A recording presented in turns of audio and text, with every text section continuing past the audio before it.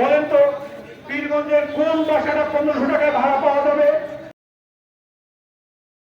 তারা বলে স্যার আপনাদেরকে রাস্তায় নামতে হবে না, কিন্তু আমাদেরকে রাস্তায় নামতে হচ্ছে।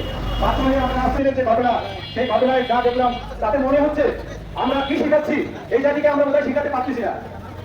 যদি আমরা সুস্থ ভালো সুন্দর শিক্ষা দিতে পারতাম তাহলে ওই পুলিশ আমাদের গায়ে হাত দিতে সাহস পাইত না।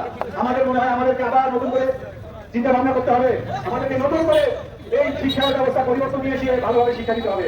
আমি যখন দেখি মোবাইলে যে লাইভ দেখতেছি যে একটা শিক্ষককে পুলিশ মারতেছে, আমার গায়ে পছন্দ করে সঙ্গে সঙ্গে খাওয়া হয়ে গেল, সর্বনাশ কি করে সঙ্গে সঙ্গে মনে হয় আমি ঢাকায় চলে যাই। কিন্তু দুঃখের বিষয় যে আমাদের এই পীরগঞ্জের উত্তরবঙ্গের শিক্ষকেরা আমরা ঢাকায় গিয়ে এই আন্দোলনে অংশগ্রহণ করতে ইচ্ছুক নই।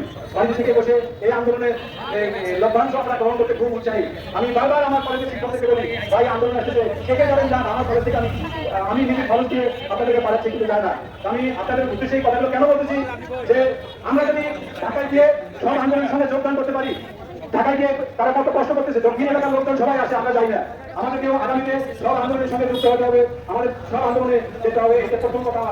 2 নম্বরে আমরা আসি, সরকার বৈষম্যের নিষ্পত্তি করতেছে। আজকে এই যে অন্তর্বর্তীকালীন সরকার তারা বলতেছে যে আমরা বৈষম্য নিরসন করার জন্য এই বাংলাদেশে ক্ষমতা নিয়েছি, কিন্তু কি দেখতেছি আমরা আমাদের বাড়ি ভাড়া মাত্র 1500 টাকা, 1000 টাকা। 1500 টাকা তো আমরা পাওয়া যাবে 5 টাকা।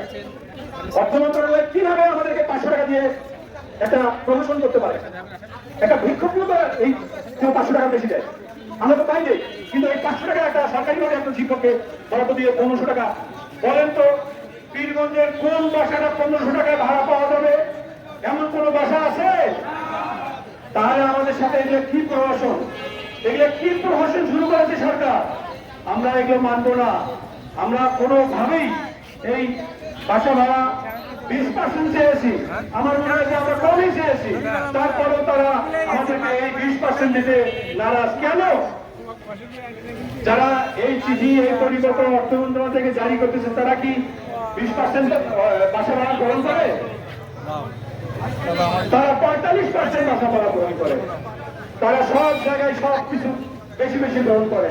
আমাদেরকে এতদিন মাত্র 20% ইয়া দেওয়া হয়তো উৎসব বোনাস, আমরা চেয়েছি 50%। আমাদের কর্মচারী ভাইরা তাদের জন্য চেয়েছি 75%, অথচ সেই দাবিটুকু তারা মেনে নেওয়ার জন্য রাজি নয়। আমরা চাচ্ছি, আমি বেশি কথা বলবো না, অনেকেই বক্তা এখানে লাইনে আছে,